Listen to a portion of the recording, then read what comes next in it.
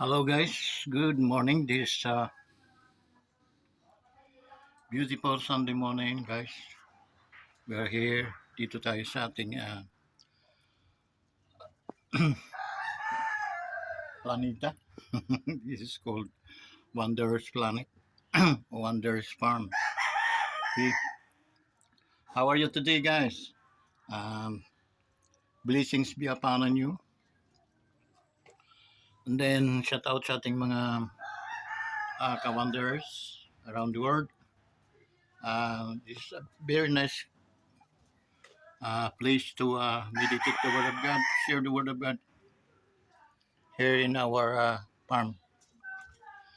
Located at Barangay Buboy, Pagsanghan, Laguna. Okay, guys, shout out to our OFWs, to our business partners, and live good. Be blessed day to all of you. Okay, we pray that we prosper, all members, and God cover give a protection to sa mga lahat ng mga manunuba, no? Kumbaga sa mga hayop, kumbaga sa mga halaman, dinadalangin natin na protect, God will protect the live good so that they can continue health to those who in need. So be one of our business guys, so that we ma-hit din natin yung ating mga minimiti. Except doon sa blessings ng Panginoon. Okay? So, as long as na nandito tayo sa mundong ibabaw, we need to do something that legal so that tayo naman ay makatulong dun sa mga nangangailangan. That's our goal. And in Wanderers Motovlog TV, that's the first goal, guys, na ating minimithi din. So God says that He gave what the desire of our heart in God's time. So thank you so much. Guys, I would like to share to you today the in the book of Psalms, chapter 1, verse 3. Okay? So it says, Blessed is the man who walk not in the counsel of the wicked, nor stand in the way of sinners, nor sit in the seat of scorners, scorners, but his delight is in the law of the Lord, and on his law he meditates day and night. He is like a tree planted by the stream of water that yield its fruit in its season, and its leaf never does not wither. In all that way, in all he does, he prosper. Purihin ng Panginoon. Thank you, Lord, for this message that you shown upon us. Thank you, Father God, for the good day that we have. Our men and women of God, children, adults, can glorify the name of Jesus to their every specific churches. Bless the pastors, ministers, all that work in that fellowship, that church. Bless them, O God. Give them knowledge to fulfill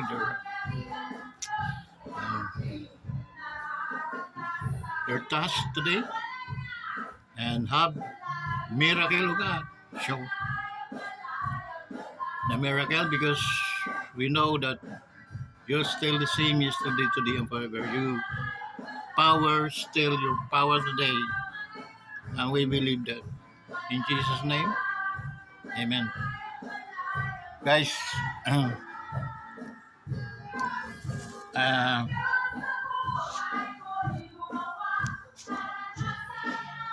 we heard and very nice uh,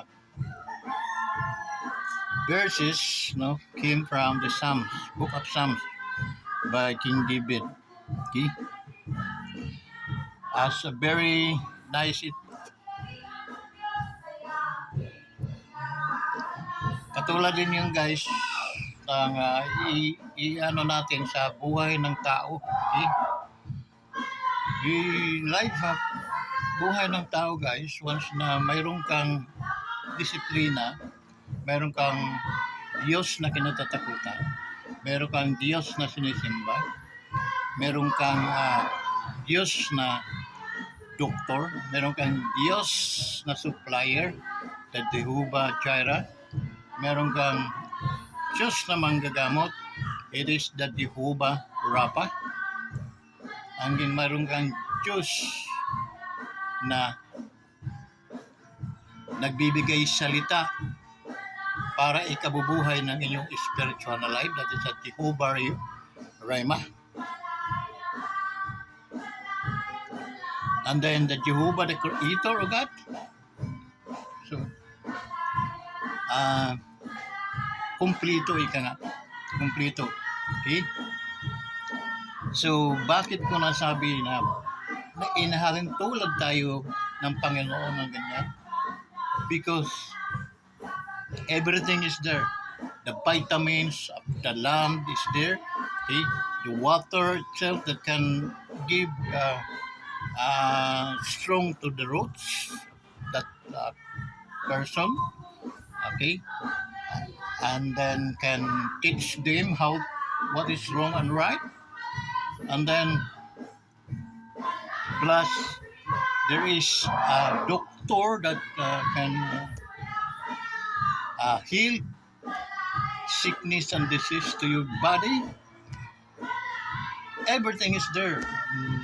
He able to supply all your needs according to His riches and glory through Christ Jesus. That is Jehovah Jireh. Guys, kompleto. Okay? A complete. Nandiyan dyan na. Okay? So what we need to do guys is to walk. Lumakad at humakbang tayo ayon sa will o kagustuhan ng ating Panginoon. Okay? Example, sa taong dinidisregard niya yung calling ng Panginoon, yung tawag ng Panginoon sa kanya. Isa dyan ay si Jonas.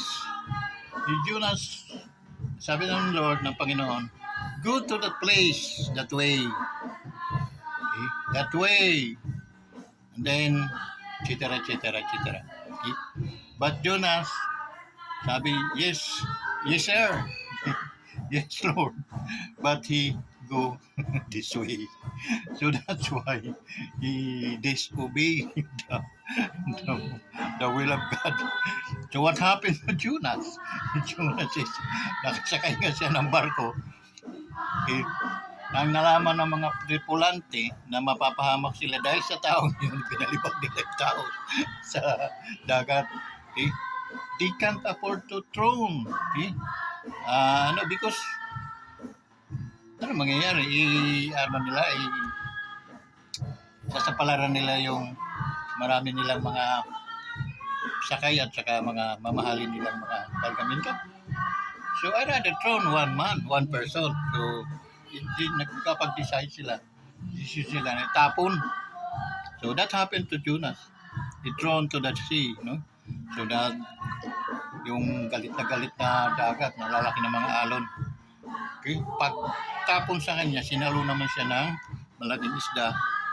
And then, dinala siya sa isang lugar kung saan yun ang destiny na dapat niyang punta. So, yung lesson natin doon, guys, na matutunan is, it is hard to kick the pricks. Ika nga, according in Acts, no? And the book of Acts, that when Apostle Paul calling, he came to him, and then pagtingala niya sa langit, no, nakakita siya na nabulag siya noon sa liwanag. At mayroon siyang salita na nagsasabi, "It is hard to kick the pricks." Napakahirap sumipa ng matulis na bagay. Dahil si Apostol Pablo, he lost many lives of the Christians. Maraming sinapper niyang mga Kristiyanos, guys. Marami siyang pinakulong ng mga Kristiyanos, pinarusahan. Okay? Marami siyang, kumbaga, tinarantado mga Kristiyanos. Linagay sa kanyang mga kamay yung batas. Okay? So that's the reason why nang dumating yung calling sa kanya. Guys, hindi po tayo dapat ang umano ng calling ng bawat tao. No? What we need to do to Him is pray. Pray. And that's happening to me before that God calls me. Okay? It because of prayer of my mother. Ano siya ng mga prayer request, tumalab yun. Okay? Pinakinggan siya ng Panginoon. And I cannot resist the power of the Lord. Okay? Napakasalbahe kong tao noon, guys. Napakasalbahe. Kaya namin mag-inom, magdamagan sa kakalsadahan sa gitna ng kalsada. Okay? May dadaan doon kayo sa sidewalk, dumaan. Huwag dito. Ganon kami ka buang ng kapanahonan. But God changed me. Ang gagawin namin, guys, maglalaro kami. Superstar ako ng larong basketball nung kabataan. Nasahan nila ako para magkaroon ng pera. Okay? Magpupusta hanggang 500, more than 500, and then sa apat na laro yun na puro Panama, sapat na para magdamagang inuman yun. And that's vices. Pag tinitingnan ko ngayon, natatawa na lang ako. At magpapasalamat ako na nawala ko dyan. Nagka-attempt akong bumalik, guys. Okay? For how many years na nakahawak ako sa ano na yon? I disregarding the voice of the Lord. His calling. Ang akala ko, okay lang. But I suffer a lot, guys. When I came to Laguna, no?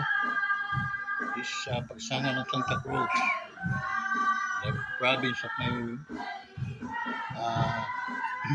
wife, I suffer a lot. Naranasan ko dito, guys, maglakad ng buong bayan. Lakad yun, guys. Lakad. Wala akong motor noon. Kung sumakay naman ako, masasalanta naman ako. Nagtrabaho ako, guys, ng tagahatid ako ng mga bills. Mga nakasobre yung bills, may mga address pangalan. You need to give it doon sa mga residente na may mga telepono. Kasi pag hindi mo na-attend yun, hindi sila magbabayad. And then, cause reason is walang nakarating na bill sa amin. Gaano kalaking ano yung guys. My income noon is 5 pesos per address, per residence. 5 pesos. And they place a town of Siniloan about 1,000 something. Yung may mga telepono. Hahanapin mo yung guys. Can afford ka naman mag charter ng isang tricycle because alam mo naman na ganun lang yung kita mo. Bawasan mo ng 250 per centavos. 2 pesos and 50 centavos per papamasahe mo lang doon sa wala na. suffer yung family ko before. But yung aking yung aking sarili, sobrang sobra yung trabaho. Kumbaga, yung mga piston gumagana talaga. Kung mayroon akong 10 piston, gumagana siya. Gaano kalalawak yung mga taon na iikutin mo yung guys through lakad. Through lakad.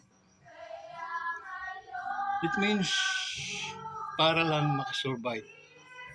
Para makabili ng bigas, makabili ng ulam. Pero hirap na hirap talaga ako guys. Minsan, iniisip ko, God, pinababayaan mo na ba talaga? Itong aking ginagawa ay aking pamamaraan. This is not your way.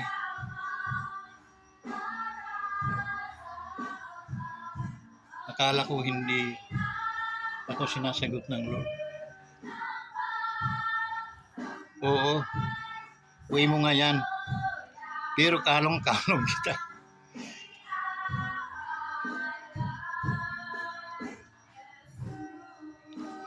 Habang iniikot.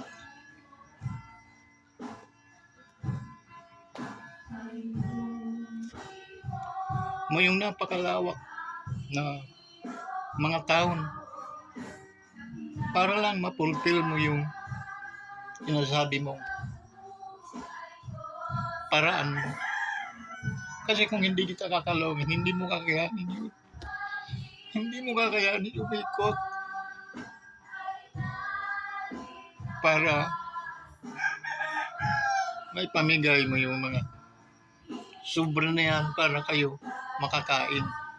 Hanggang makakain lang guys. Okay.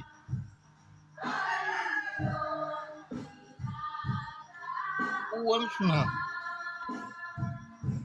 naaalala ko yun guys, for how many years na nag-marketing ako since from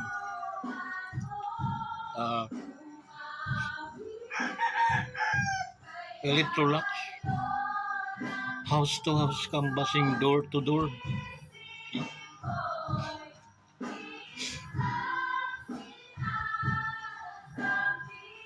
Nang ako'y umalis sa ministry, yun ang inabot ko, mga ka-believers. No? Napakaswerte ninyo. Hindi kayo hindi kayo nakaranas ng ganon katinding. Ngunit ako'y nagpapasalamat. Ang akala ko hindi sumasagot ang Panginoon. Akala ko hindi siya nasasaktan. Sabi niya, bakit mo sinasabing hindi kita tinutulungan? Hinahanap mo ako at hindi ka makasumpong sa akin. Na samantala na kaya mong ipamigay yung mga bills na yon sa lawak ng mga lakarin. Hindi ka ba nagtataka na hindi ka man lang napapagod? Dahil kasama mo ako. Kalong kita sa daan-daang kilometro na lalakarin.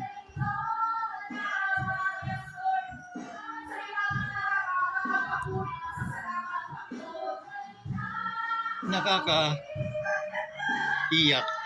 dahil ang tao iba talaga. Ang isip ng tao iba talaga ang isip ng Diyos. Tama yung mga nababasa natin. Tama yung itinuturo ng yung mga pastor, mga minister, na sabi ng Panginoon, my thoughts is higher than your thoughts. Ano pa ba ang pagkukulang na hindi ko na iano sa inyo? And my ways are higher than your ways. Okay? That's why blessed is a man that walking not, okay?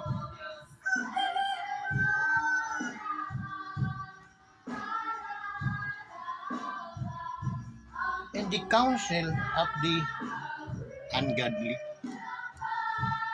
nor sit in the seat of scornful, hindi ka man lang umuupo doon sa mga taong mga halang ng buhay sa kanilang mga inuupuan. Baka nandidiri ka sa mga ganyang mga tao.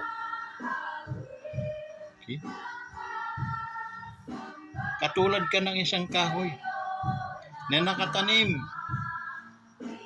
sa gilid ng sapa. Mayabong namumunga sa oras ng kanyang season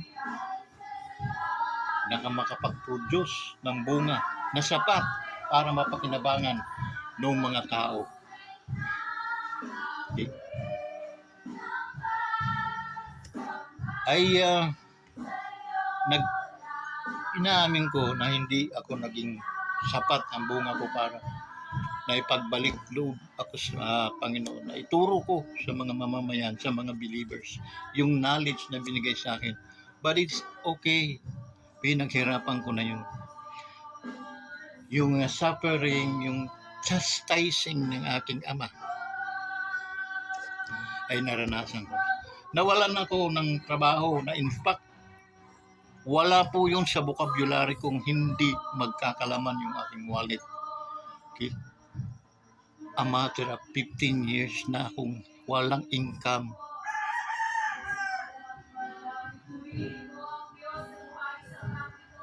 Paano ko nakayanan yun? Napipiga ang utak ko pag iniisip ko, but I will back to the Word of God. But hindi rin talaga pwede yun, guys. Dahil as long as nandito ka sa mundong ibabaw, you need to do something so that you can help to your family, you can help to the other people who's in need.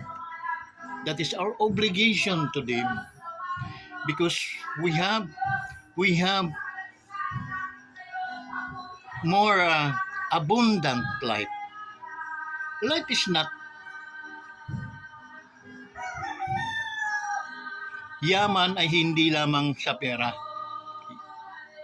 Napagdaigan ko na yon. Even I don't have money, I'm still alive. My family napunta kung ano-ano mga operation, linagyan ng sakit, karamdaman.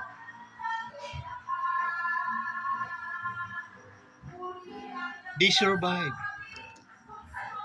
Not because they spend nakayanan nilang magpagamot sa mga hospital. Okay. Hindi yun eh. Because of the grace of God, na anak niya ako at asawa ko siya at pamilya ko sila. They are part of my blessing, if shower of blessings that God shown to each one of us who believe in Him. Kasama po ang protection not only to you but to all your loved ones and family. Bakit hindi namatay ang aking asawa? They have cancer. Because of I have and we have the doctor, the physician, and He is Jesus. By His stripe, all sickness and disease are healed. And that's the reason why. Even I don't have a job, hindi nagmamaterialize yung mga business ko, mga pinapasok kong ano. Hindi ako nagtataka nun. Because He wanted to show to me na, guys, that's not the only reason na ikaw ay yayaman. But thanks unto the Lord, I am still alive.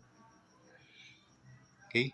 So that's why, guys, continue to believe. Have faith to God, then you'll be like a tree planted by the rivers of water. God bless you all. To those who are not, di pa nakapag subscribe sa ating YouTube channel, please subscribe to our YouTube channel. Just likes. Masaya na ako nun. Okay? Likes. Masaya na ako nun. Thank you so much, guys. God bless you all. Happy Sunday. Bye-bye.